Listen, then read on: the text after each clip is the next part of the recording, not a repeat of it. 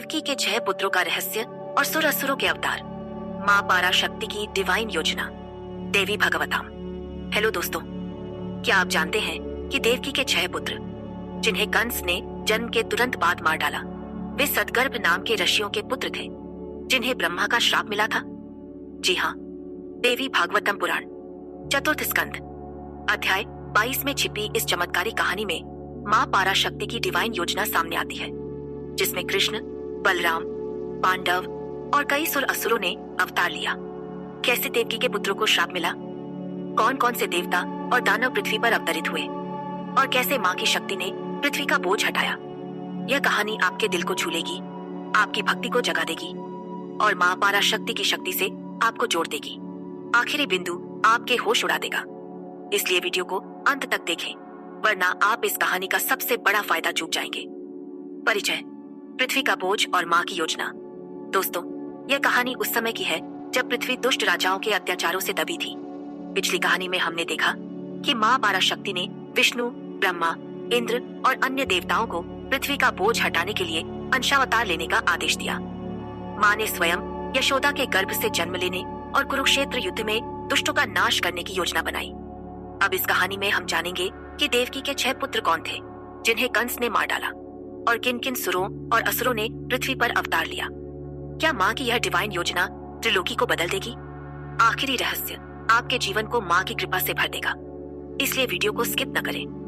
देवकी के 6 पुत्र, सदगर्भ का श्राप। महर्षि वेद व्यास कहते हैं कि देवकी के गर्भ से 6 पुत्र पैदा हुए, जिन्हें सदगर्भ कहा गया।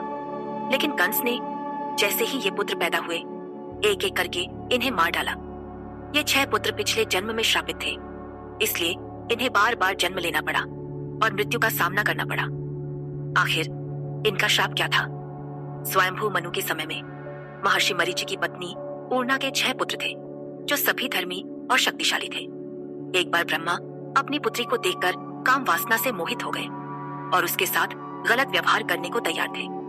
यह देखकर उनके 6 पुत्रों ने ब्रह्मा का मजाक उड़ाया। ब्रह्मा ने गुस्से में उन्हें श्राप दे दिया, तुम सब जल्दी जाओ और असुरों के गर्भ में जन्म लो।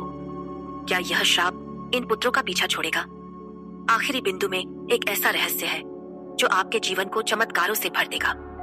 सदगर्भ का जन्म और दूसरा श्राप। ब्रह्मा के श्राप के कारण ये 6 पुत्र पहले जन्म में कालनेमी के पुत्र बने, दूसरे जन्म में वे हिरण्यकशिपु के पुत्र बने। इस बार श्राप के डर से वे ज्ञान से संपन्न और शांत स्वभाव के थे। उन्होंने अपनी सारी शक्ति एकत्र की और कठोर तपस्या शुरू की। उनकी तपस्या से ब्रह्मा प्रसन्न हुए और बोले, हे मेरे पुत्रों, पहले मैंने तुम्हें गुस्से में श्राप दिया था, अब मैं तुम्हारी तपस्या से खुश हूँ। जो वरदान मांगना चाहते हो मांग लो। सदगर्भ बहुत खुश हुए और बोले, हे पितामह, हमें ऐसा वर दो कि हमें कोई हरा न सके, न देवता, न मनुष्य, न नाग, न गंधर्व और न ही सिद्ध। ब्रह्मा ने कहा, तुम्हें जो चाहिए वह मिलेगा। अब जाओ, मेरे वचन सत्य होंगे। क्या यह वरदान उन्हें बचा पाएगा? आखिरी बिंदु में माँ पराशक्ति का एक चमत्कार आपके विश्वास को और मजबूत करेगा। हिरण्यकशिपु का गुस्सा और तीसरा जन्म। ब्रह्मा के वरदान से सदगर्भ खुश हो गए, लेकिन हिरण्यकशिपु को गुस्सा आया। वह बोला, तुम सब वरदान पाकर घमंडी हो गए हो और मुझसे अच्छा व्यवहार नहीं करते, अब मैं तुमसे कोई संबंध नहीं रखूंगा। उसने कहा, तुम पाताल जाओ और वहां सदगर्भ के नाम से जाने जाओ। हिरण्यकशिपु ने श्राप दिया, तुम पाताल में गहरी नींद में रहोगे और कई सालों तक सोए रहोगे। फिर तुम देवकी के गर्भ में एक एक करके जन्म लोगे। तुम्हारा पिछले जन्म का पिता कालनेमी इस जन्म में कंस बनकर तुम्हें जन्म के तुरंत बाद मार डालेगा। इसलिए श्राप के कारण ये 6 पुत्र देवकी के गर्भ में पैदा हुए और कंस ने उन्हें मार डाला। क्या यह श्राप इन पुत्रों का अंत था? आखिरी रहस्य आपके जीवन में माँ की शक्ति को और करीब लाएगा, इसलिए वीडियो को स्किप न करें। अनंत देव और कृष्ण का जन्म। देवकी के 7वें गर्भ में अनंत देव प्रकट हुए, लेकिन माँ योग माया ने इस भ्रूण को देवकी के गर्भ से निकालकर रोहिणी के गर्भ में स्थानांतरित कर दिया। लोगों में यह अफवाह फैली कि देवकी का 5वें महीने में गर्भपात हो गया। कंस को यह खबर सुनकर बहुत खुशी हुई। इसी समय भगवान, जो भक्तों के रक्षक हैं, देवकी के 8वें गर्भ में प्रकट हुए ताकि देवताओं का कार्य पूरा हो और पृथ्वी का बोझ हटे। क्या माँ की माया ने यह सब नियोजित किया था? आखिरी बिंदु में एक ऐसा रहस्य है जो आपके जीवन को माँ की कृपा से जोड़ देगा। सुरों और असुरों के अवतार। राजा जन्मेजय ने महर्षि व्यास से पूछा, आपने कश्यप के वासुदेव, विष्णु के कृष्ण और अनंत देव के बलराम के अंशावतार के बारे में बताया, लेकिन अन्य देवताओं और असुरों के अवतार कौन कौन से थे?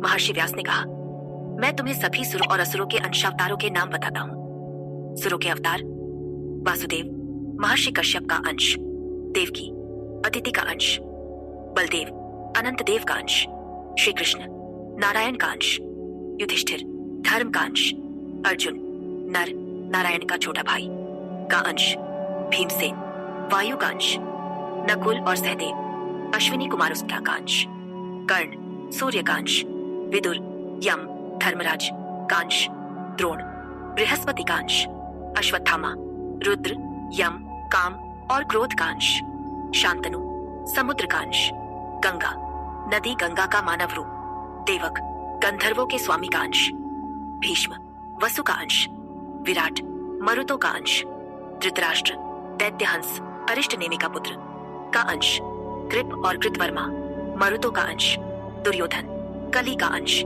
शकुनी, द्वापर का अंश, सोमप्रभु, चंद्रमा के पुत्र का अंश, धृष्टद्युम्न, अग्नि का अंश, शिखंडी, राक्षस का अंश, प्रद्युम्न, सनत कुमार का अंश, द्रुपद, वरुण का अंश, द्रौपदी, लक्ष्मी का अंश, द्रौपदी के 5 पुत्र, विश्वदेवों का अंश, कुंती, सिद्धि का अंश, माद्री, धृति का अंश, गांधारी, मति का अंश, श्री कृष्ण की पत्नियां, स्वर्ग की अप्सराएं, असुरों के अवतार, शिशुपाल, हिरण्यकशिपु का अंश, जरासंध, विप्रचिति का अंश, शल्य, प्रहलाद का अंश, कंस, कालनेमि का अंश, केशी, हयशिरा का अंश, अरिष्ट, बलि का पुत्र, गाय के रूप में जिसे कृष्ण ने मारा, धृष्टकेतु, अनुहरात का अंश, भगदत्त, वास्कल का अंश, प्रलंब, लंब का अंश, धेनुक, खर का अंश, चाणूर और मुश्तिक, वराह और किशोर, 2 भयानक दैत्य का अंश, कुबलय, कंस का हाथी,